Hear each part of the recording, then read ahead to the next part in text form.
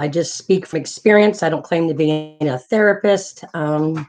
So, uh, Sorry if I'm looking up and looking down. I'm kind of doing YouTube and Facebook at the same time. Hi, Cindy. Hi. So I don't know if you heard me. I'll be looking up and looking down because I'm doing Facebook and YouTube at the same time. Anyway, tonight's topic is self-worth, which kind of from all the couple of other uh, lives I did, other sessions I did that talked about depression, anxiety, all that still has the self-worth in there.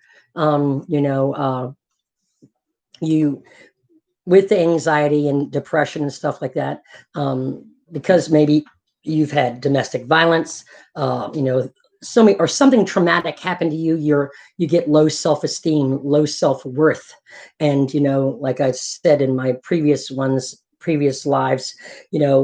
I went from bad relationship, to bad relationship, and I thought that I could, fix them, and it was them that had the problem, but really it was me that needed to be fixed because of my childhood and my past and things like that.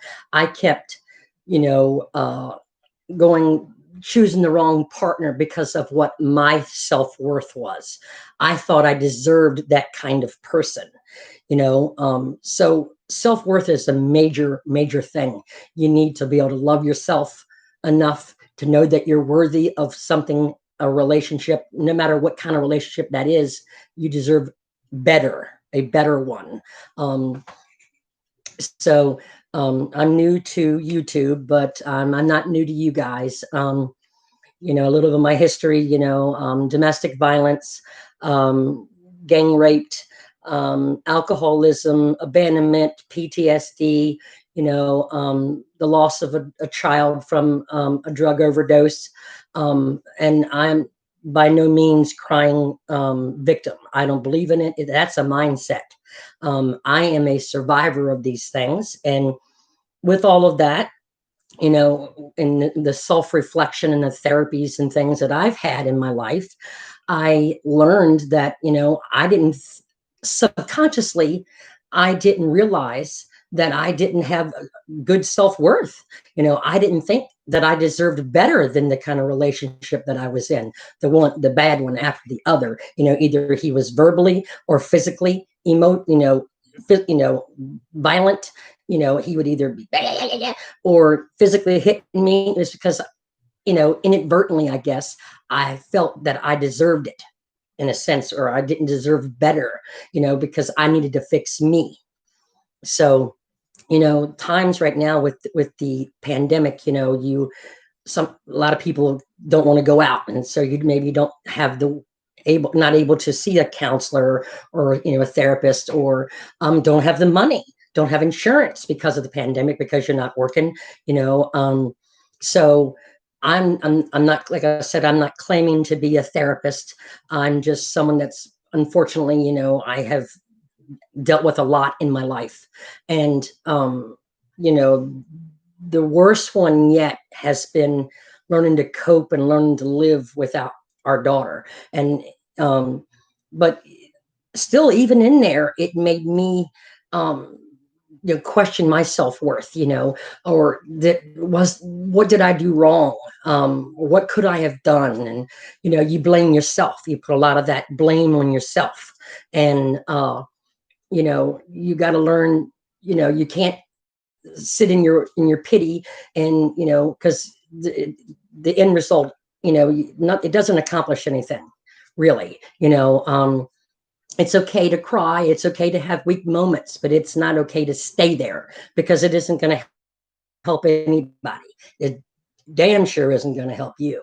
you know um so if I can connect with somebody, if something I say resonates with you, and we have a connection, and I'm able to help give you advice or just listen. And because sometimes people just need someone to hear them and feel validated, that they were heard and understood, then I've done something. I don't know if it's our daughter talking to me or what, but after the anger that I went through, because she's been gone for 6 years, 4.5 of those years, I was mad at her. But I'm not mad anymore. I understand from the self-reflection that she was depressed. And so, but if I can help one person, then I've achieved something. So, mental health is not taken seriously enough. I come from a generation where, you have to be tough. There was no such thing as, depression, anxiety, and things like that. If somebody had mental issues, that was, they were, felt to be crazy, not that it's just anxiety or because of something traumatic. It's not that they're crazy. It's okay to feel these things, but it's normal, especially if something traumatic happened to you. But you gotta, some people have to take medicine, but I want to help you get to the point where you don't have to take medicine. You can learn to, I guess you call it self-soothe, be able to talk yourself out of it. Because a lot of it is a mindset, but there are times it's a medical thing. I, again, I'm not claiming to be, a therapist or a professional or anything. It's just, I'm just been there, done that. And yeah, I've helped myself come out of a lot of things, and because I came from the older generation, that did help me to get myself out of it. But, and I just, like I said in my last one, a lot of people, I felt depression. What is that? That just means you're weak. Come on, suck it up, get over it. What is the matter with you? But really it until I went through it, I didn't understand it. So, but still, and all of those things again is self-worth. If you're, the definition of insanity is doing the same thing over and over again and expecting different results. If you are in a bad relationship, or say, let me go back, if you were raised in an abusive home, you're 9 times out of 10, you're going to either grow up to be with someone that's abusive, or you're going to be the abuser. It's just statistics don't lie. You learn what you live. So, and all of that comes depression, PTSD, low self-worth. And so, just the vicious cycle, it just around and around. So if you were raised in an abusive home, you're going to either be the abuser or end up with an abuser. And then the same thing if you have children. It's a vicious cycle. So you got to work on these things. And if you go to drugs or alcohol, there's 9 times out of 10, there's a reason why you went to it, reason why you want that escape. So you got to work on that. And that takes self-reflection. And self-reflection is an ugly thing.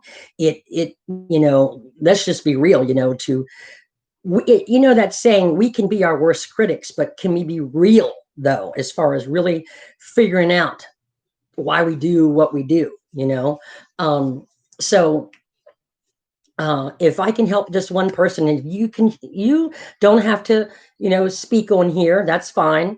Because I've been there, done that. I just like to listen sometimes. Or you can, private message me and we can discuss things. I can maybe give you some advice that might help. But as I've been saying in my other videos, do a journal. Do a journal, a daily journal of when you got up, how you felt, what you did, what you drank, what you ate, who you talked to, who came over, stuff like that. And if you get an anxiety attack or you feel a certain kind of way, good, bad, or whatever, you may be able to figure it out, pinpoint. If you haven't figured it out yourself, these journals will help you to figure it out. I learned that from experience from a therapist telling me to do that.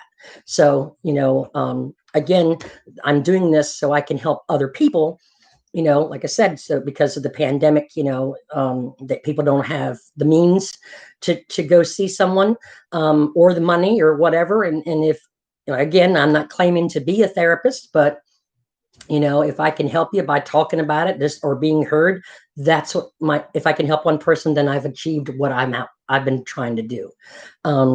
So, again, like I said, this is the topic tonight. We've talked about depression. We've talked about anxiety. Now we're talking about self-worth.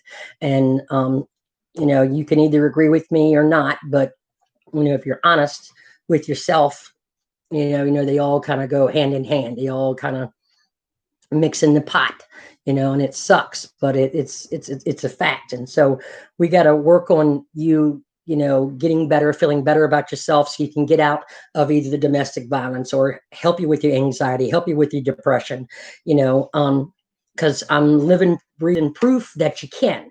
But it's okay to cry, and it's okay to have your weak moments, absolutely, but you just can't stay there because it isn't going to do anything.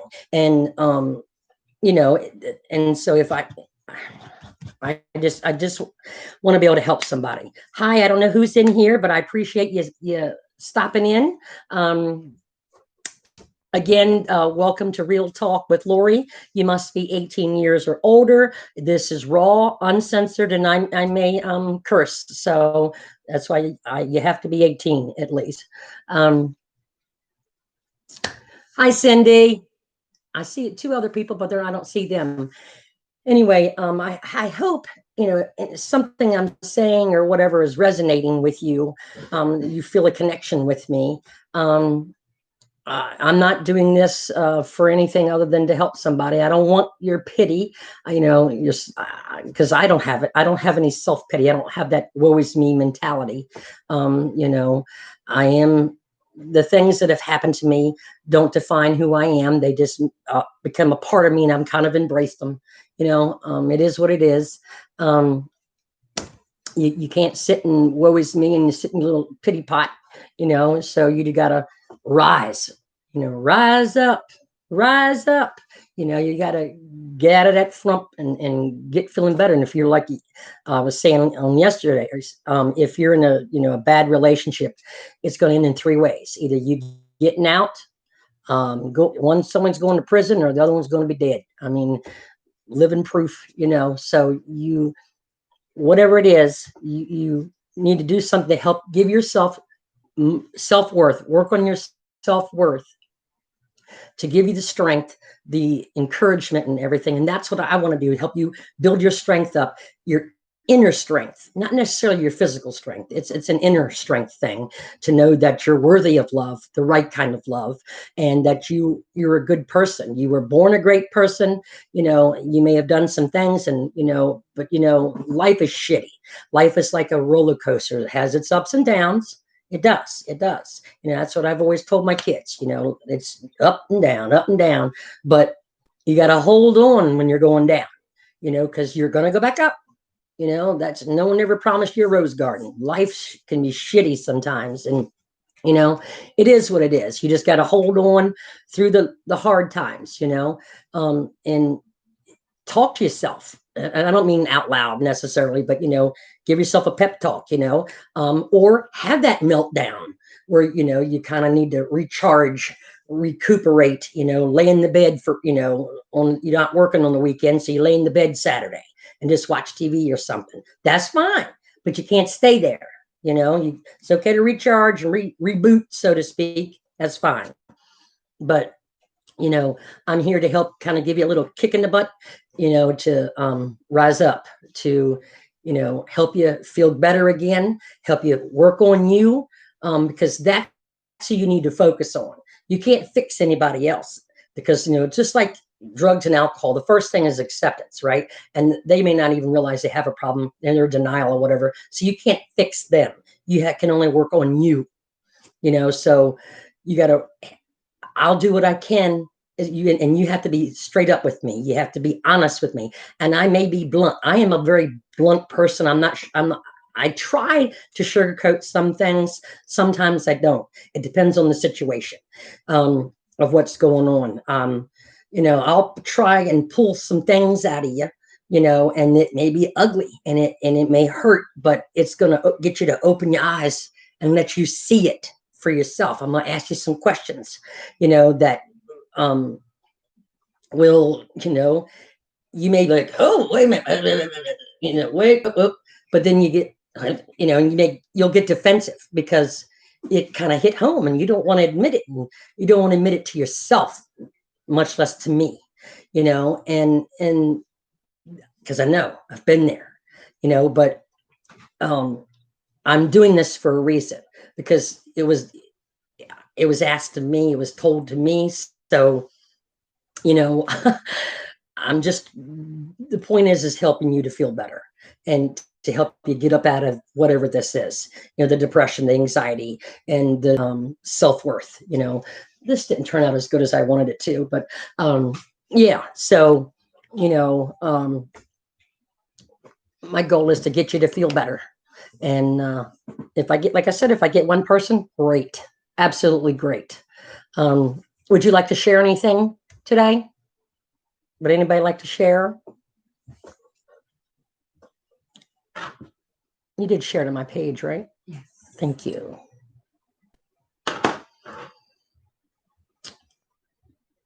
I probably won't go live again till next week. I've decided that I'm not gonna do anything Saturday and Sunday. I'm gonna take those days for myself and recharge, because these things take a lot out of me emotionally. It kind of drains on me. So I need to recharge and spend some time with my husband. Did you? Good. I'm glad you did start your journal. Yay.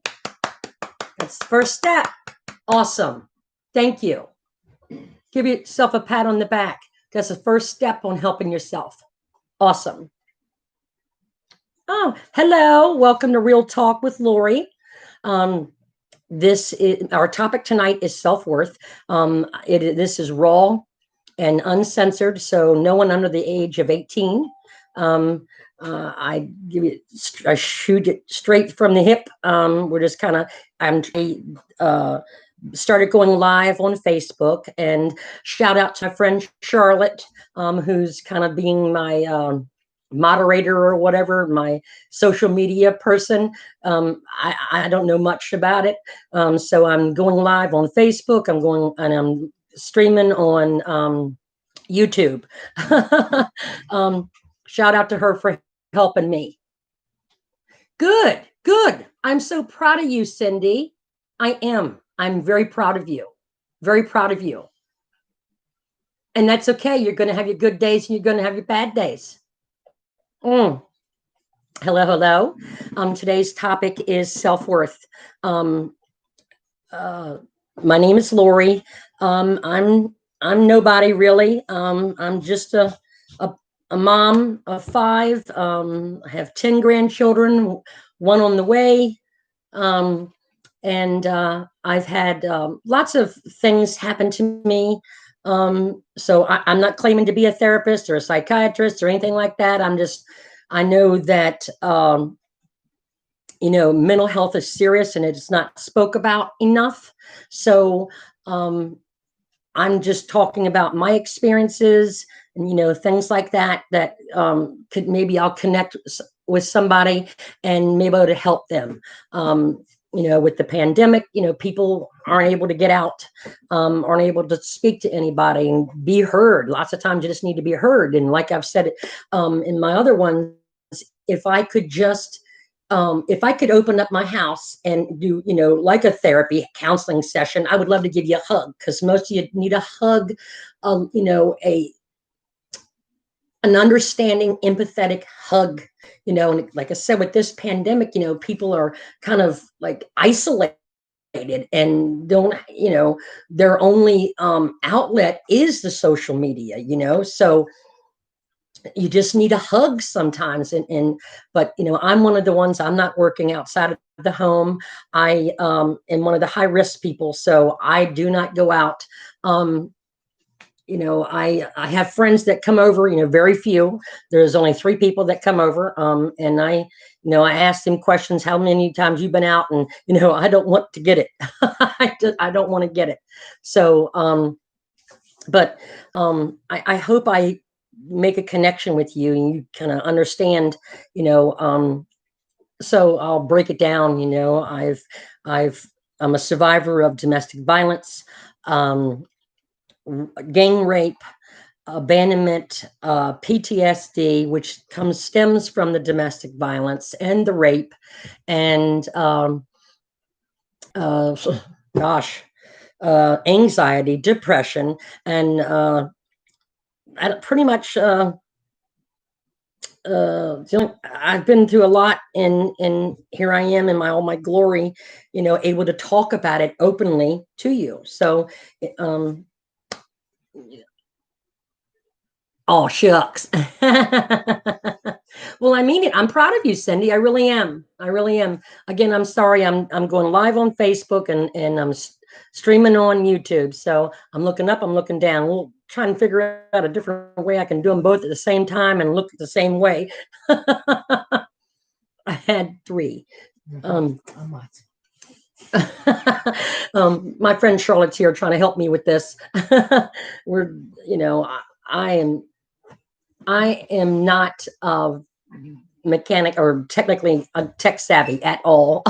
You're lucky I know much about Facebook. And like with here on the YouTube, you're seeing everything instead of just my backdrop. So we're going to figure out some other way to do that. Well, so again, tonight's topic is self-worth.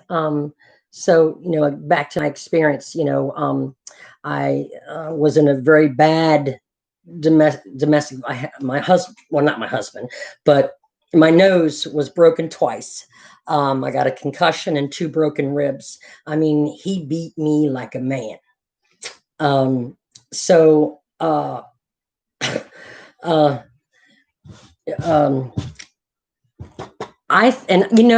the worst part of it all is I thought I deserved it because I was being a bad wife. And because, I was raised in an abusive home, my father, but he never abused me.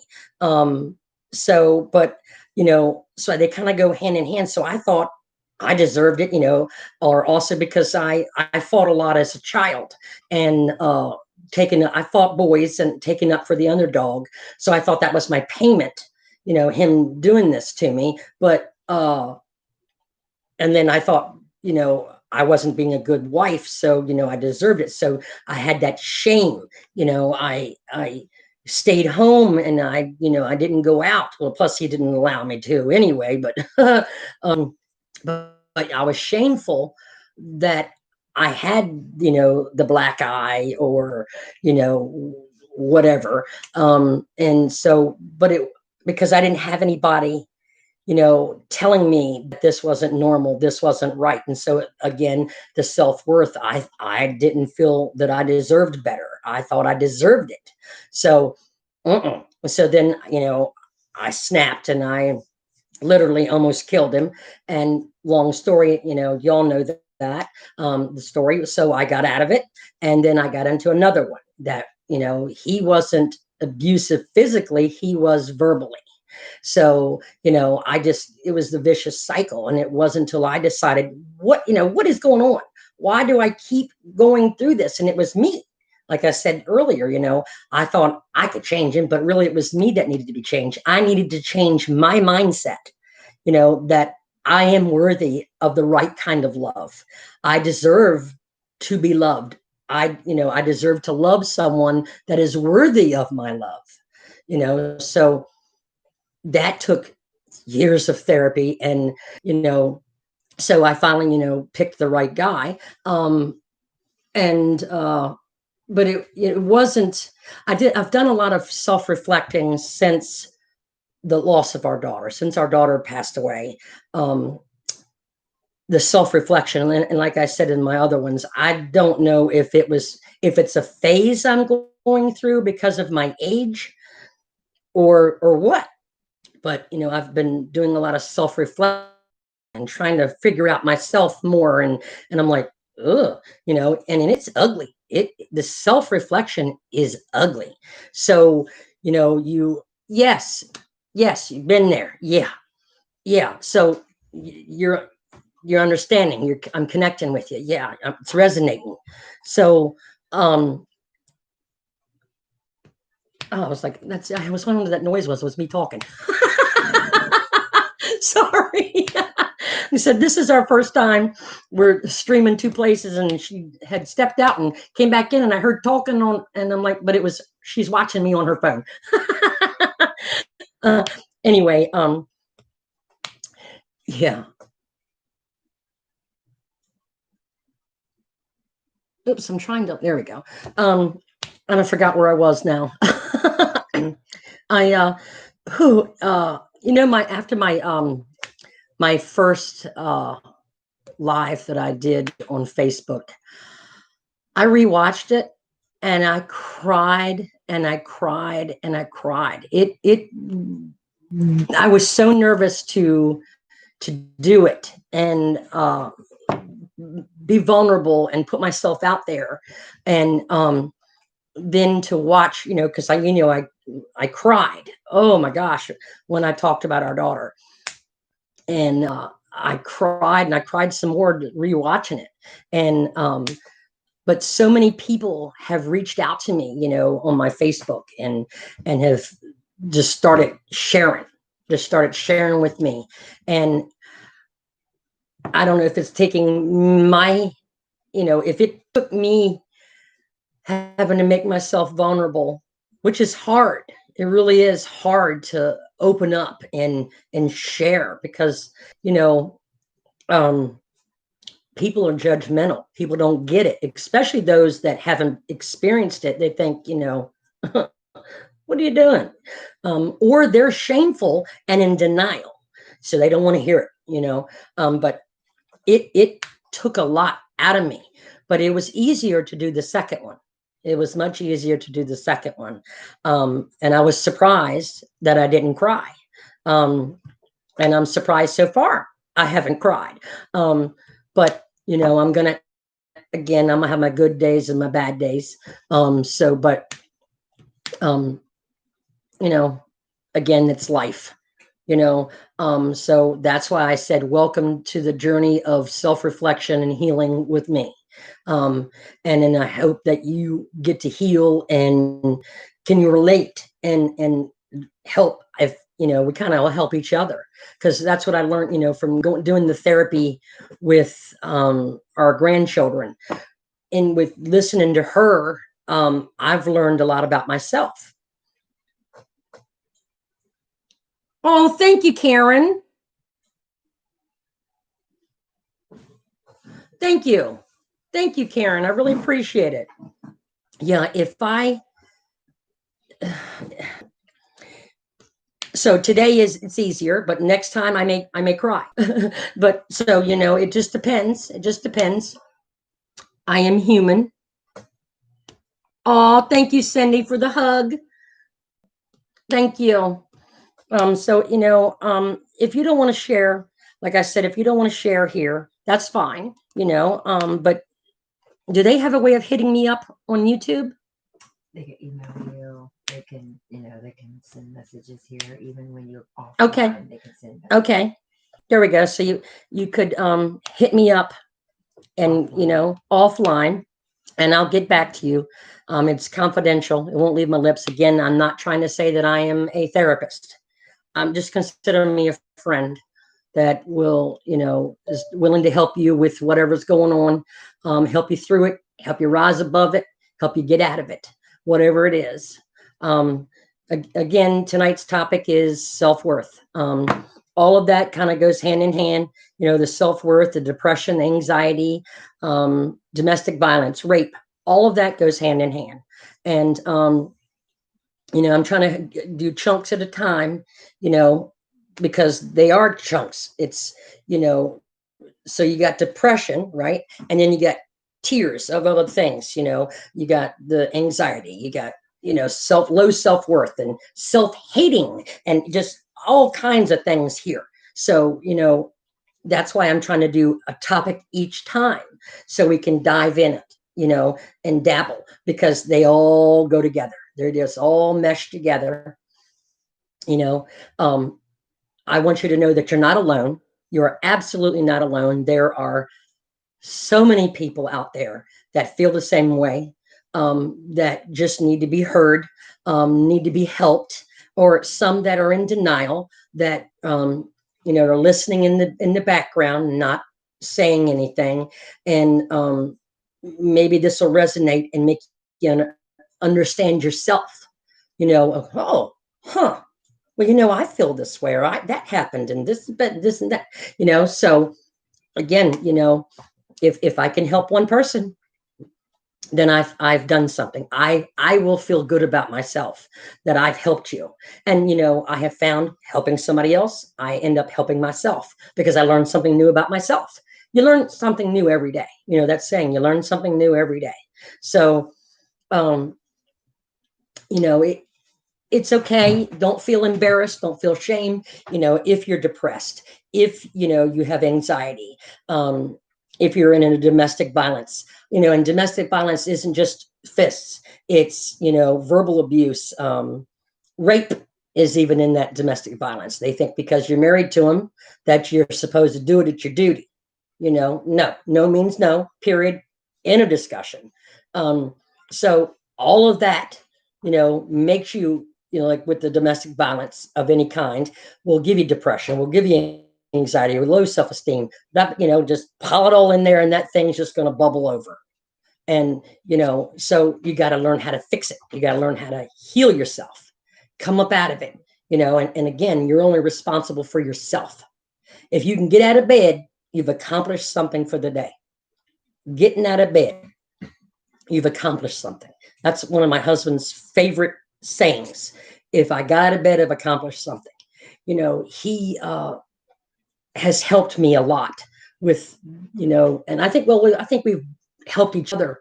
I think he and I have probably helped ourselves more than the grievance counseling, learning about ourselves and stuff.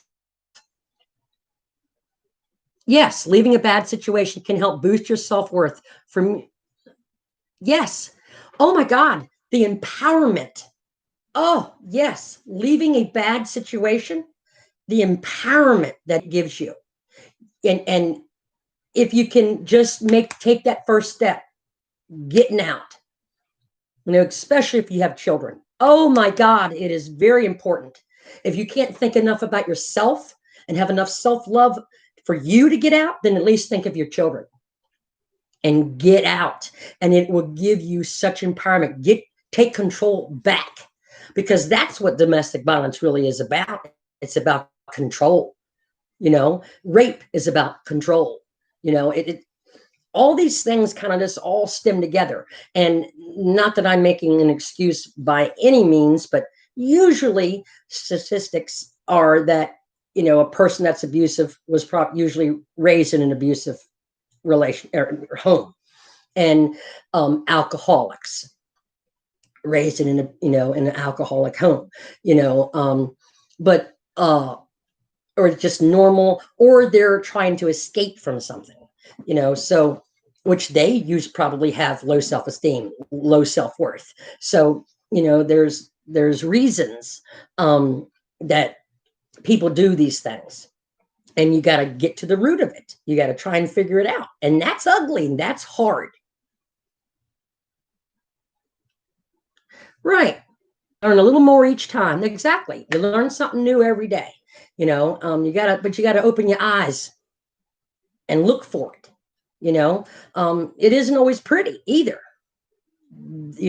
Self-reflection can be ugly, absolutely ugly. You learn about yourself, and sometimes you don't like that person. So what are you going to do? You are in control.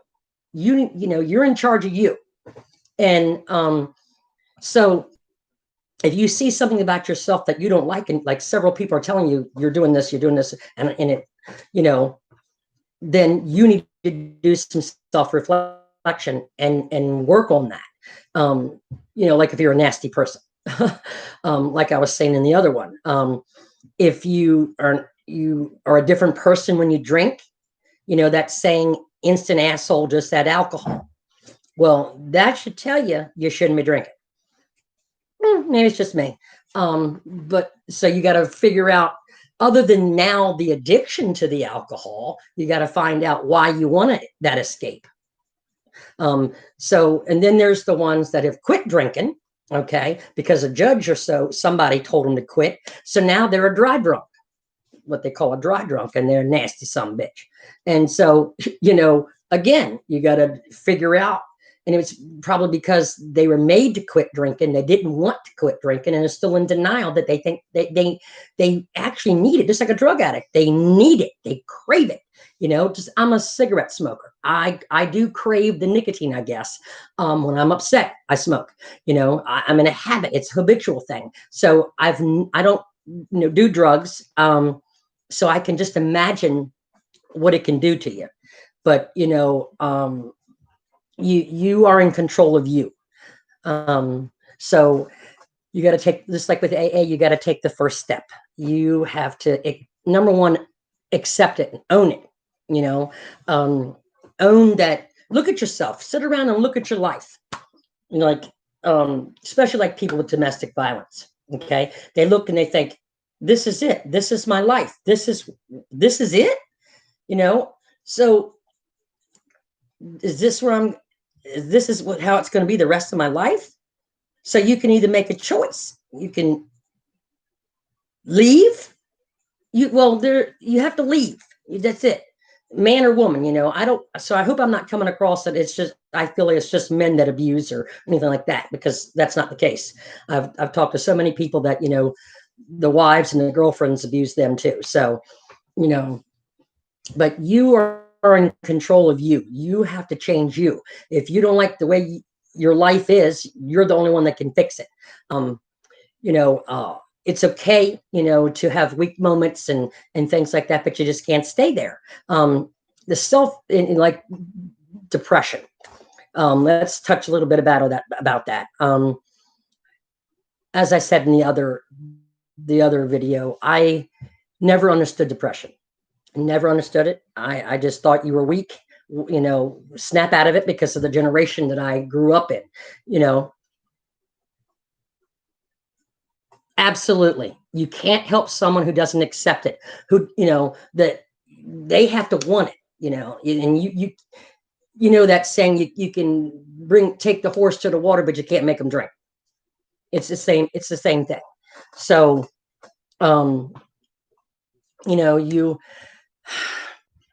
this thing is popping up something. I don't know. It went away now. I don't know what it was. Sorry, talking to my technical guru here. Again, shout out to Charlotte for helping me with this. I'm doing YouTube and Facebook at the same time. So I'm looking up, looking down, looking up, looking down. Anyway, so what was I talking about? I'm so tired. I'm sorry. Oh yeah, the domestic violence and the alcohol. So like the saying, you can take the horse to the water, but you can't make them drink it.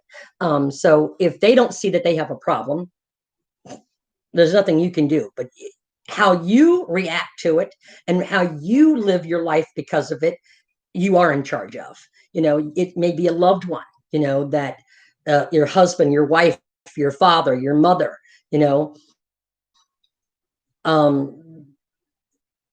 all you can do is talk to them and, just keep talking to them, hope, that you get through, but you can't do anything. I have learned, unfortunately, from experience.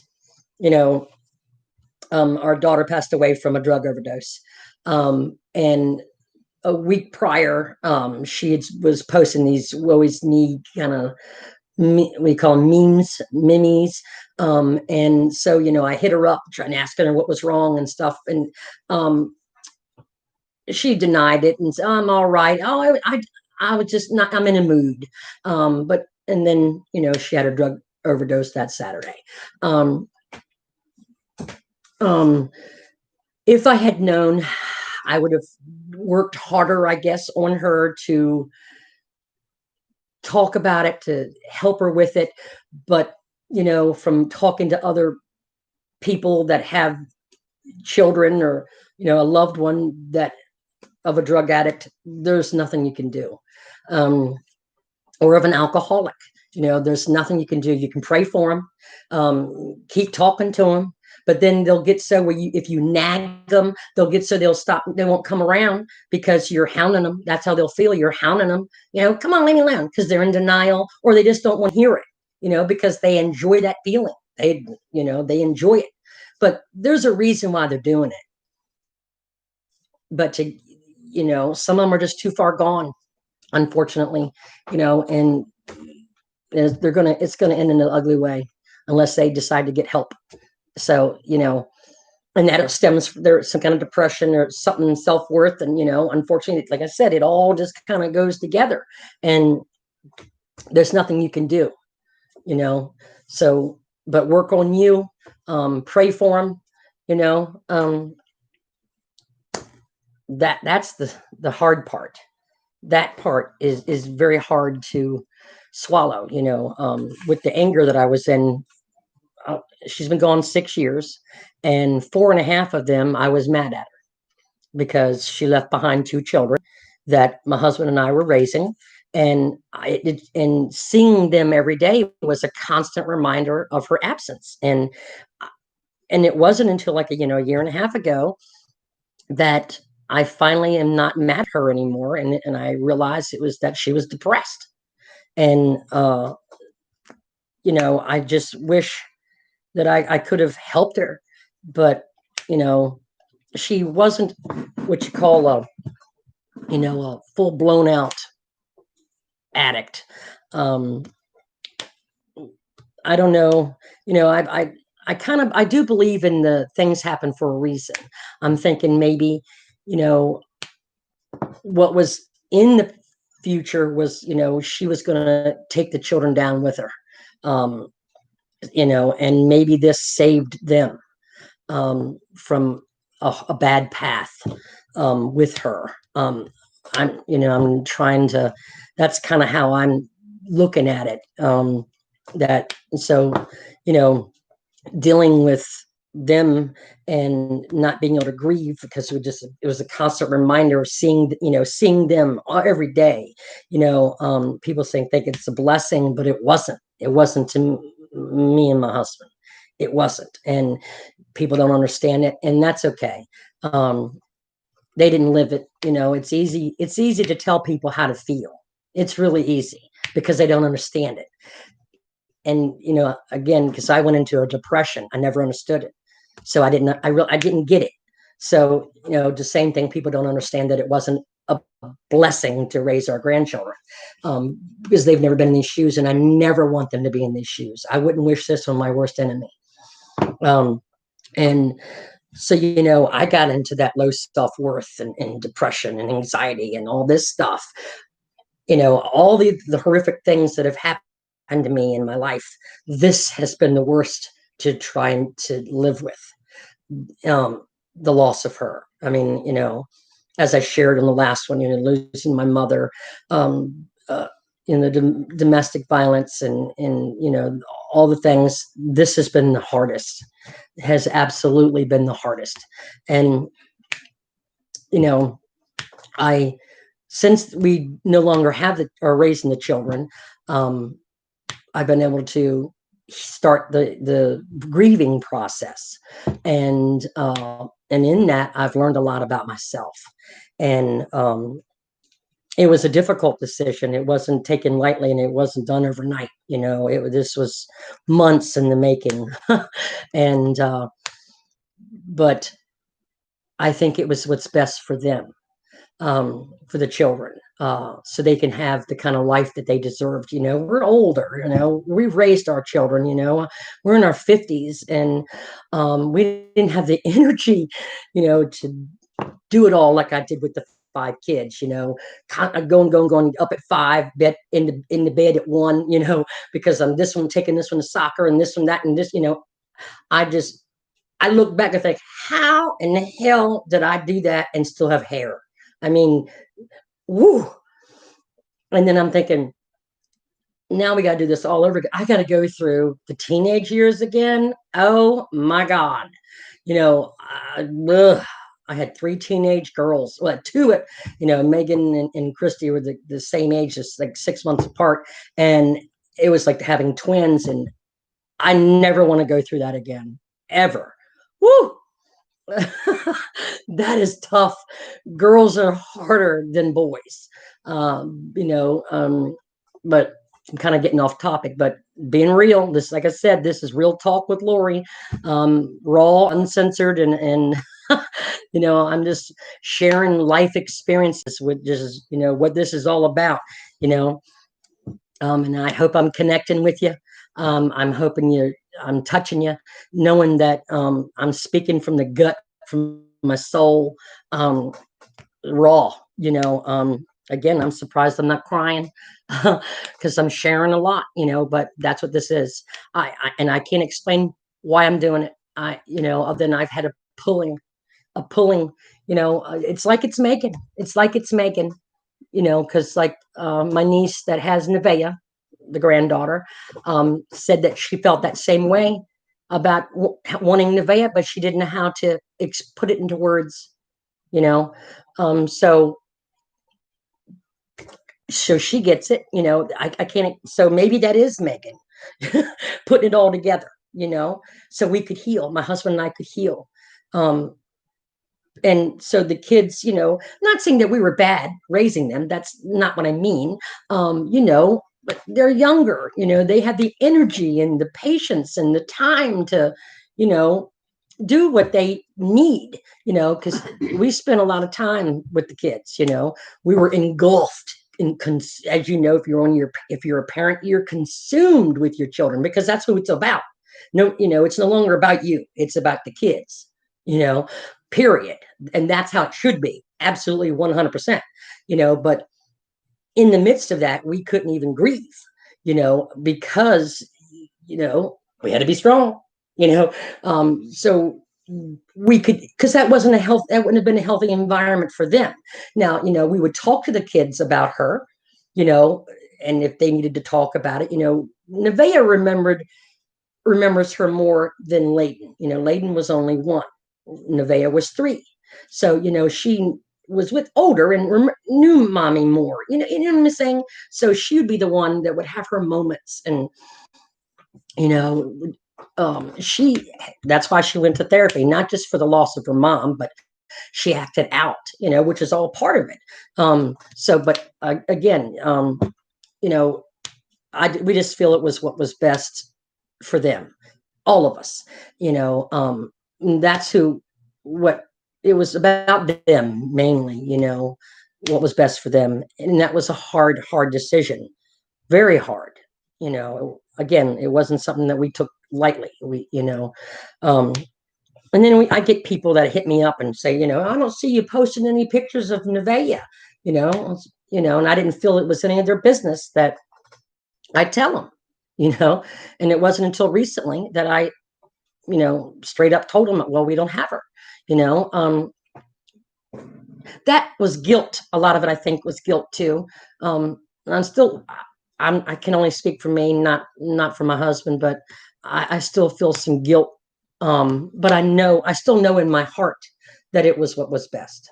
Um, but anyway, I thought that was the right thing to do.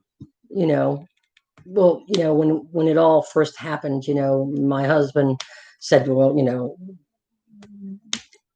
the police wanted to know, did she have children? You need to get them here and blah, blah, blah. And, and he said, well, they're going to be with us. And, that was how I should have felt, but I didn't feel that way. I think I was in denial. I think that's where I was. And I was like, what? I don't want to raise any more kids, but it just wasn't all connecting. It wasn't sinking in, or I don't know.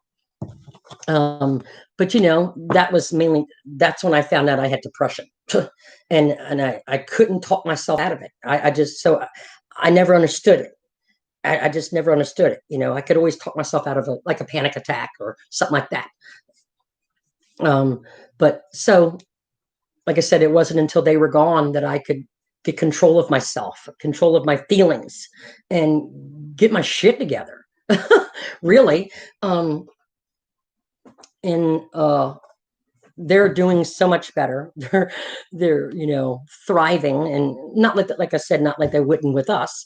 And you know, I guess I think it was fate, that they are where they are. Really, I think it's fate. After all of this, my husband and I have been together for 27 years. We're both on our second marriage. Uh, we have 5 children between us. And, with this pandemic, neither one of us are working outside of the home. And with everything, it takes a strong marriage, strong relationship to be with each other 24/7. you know, that. And so, I had started the ring bomb thing, and just so I could have some interaction with other people, because I was with my husband and babysitting my 2 other younger grandchildren, 1 and 3-year-old. So I needed some, adult interaction, other than my husband, God love him. But, I needed some fun time and stuff. And so that's why I started doing that. And, but, this pandemic is, I am finding, a lot of people are suffering, even more people are coming out and coming forward with the depression, and more people being diagnosed with the depression and anxiety and disorder and stuff like that. And because the isolation of this, so it's difficult, and but so this is why I'm doing this. I know I'm rambling, but it isn't like you can talk back to me. I need a drink. Bear with me. I'm a little parched. Mm. So I had said to myself, I made a plan that I'm only going to stay on here for an hour, whenever I do. So, and I had started talking earlier. I'm probably not going to go live next time. I think I'm just going to do a video and then upload it. And so there won't be any interaction, because like I said, it takes a lot from me. But by me, please don't think that I don't want to talk to you or have you talk to me, because I will. Like I said, I don't work, so I will get to you when I can. I swear. I will interact. I will talk to you. I will let you know that you matter, because you do. You're worthy. You're worthy. I will give you my time. That's what this is all about. It isn't just me sitting here talking to myself. I want to help you. Even if it's just a talk, we can either do it through private message, or we can do a Zoom chat, or you can email me.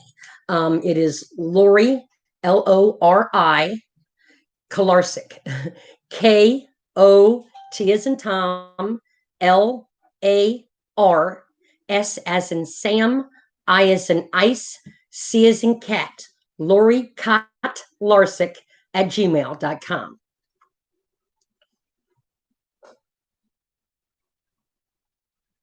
Yes, absolutely. Absolutely. It is very hard.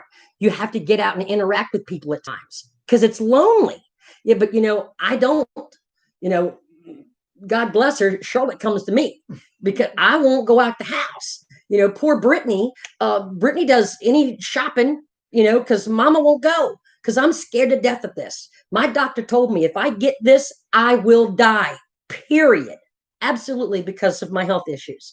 So I don't go anywhere. So, like I said, that's why I started the ring bomb thing, you know.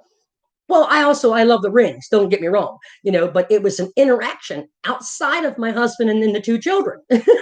I needed interaction with people, fun, and I can't hug them, I can't. I mean, I can hug them, but I can't hug y'all. So every time I close, I always do a virtual hug. And I hope you feel it, I want you to feel it because I mean it, you know. So we got 5 minutes till 9 o'clock. Um, I have to treat this like a job, so to speak. And only put in so much time because I, need to recharge and I need time with my family. That doesn't mean I don't care.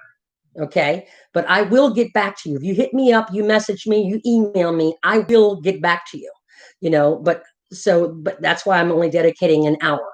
Okay. That I go live, or that I do a video or whatever. Again, doesn't mean I don't care. I'm not, but I will get back to you. I promise.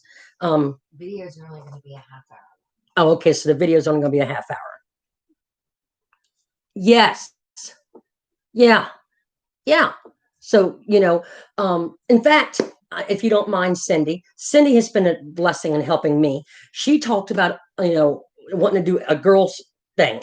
And I suggest, maybe we do a Zoom and maybe have a party, some kind of dance party or something, that way we can still see each other and we may look like lunatics sitting in, at the chair or whatever, dancing around, but whatever it takes, you need There's something. a lot of groups that are like that. Yeah, you need something to uplift you. This sucks. This pandemic is terrible. Yes, absolutely. Yes. Yes. Safety first. Yes. Thankfully, I have social media. Yeah. Yeah. And like I said, if it wasn't for Charlotte, I wouldn't know how to do this. The YouTube anyway. I mean, I know how to do the Facebook thing. And I haven't done a Zoom yet. I've been on the other end where other people started it and I just hit join. But I think I can figure it out. I'm not an idiot. But she's doing this to help get me out there. But yeah, God bless Cindy. She has been there. I think, she's helped me just as much as I've helped her. And I hope I've helped her anyway. You know, I, I appreciate y'all joining and listening to my babble. But it comes from my heart. I'm spilling my guts and my experiences, my unfortunate experiences. But again, they don't define me. They are a part of me. They don't make me who I'm not a victim, but so yeah. Hi, Matt. Hello. So Tammy, if you would like to join in on that little dance thing, feel free. I'll let you know when we're going to do it. I had a tea party with my grandkids, because they're all over the place. So I did a Zoom and we dressed up and had a tea party, and they had a tea party at where they lived. Mama, made the little finger sandwiches and the tea and stuff like that. You need to say that. That's you. Oh, okay. Your smile is your logo. Your personality is your business card. How you leave others feeling after having an experience with you becomes your trademark. Oh, thank you. Hello, Matt. Welcome. So I think I'll do it. When did you say we're going to do it? Tuesday? Yeah. So expect a video from me on Tuesday. Yeah. Yeah. Yeah. See, at my age, I could not. Well, like we got the 1 and 3-year-old. They're not doing school, but I love them, and thankfully, Daddy now has time with them, so we're getting a break. But it was like I felt like, I'm gonna scream. I need interaction with adults. So I get it. I get you, Tammy. Really, I get you.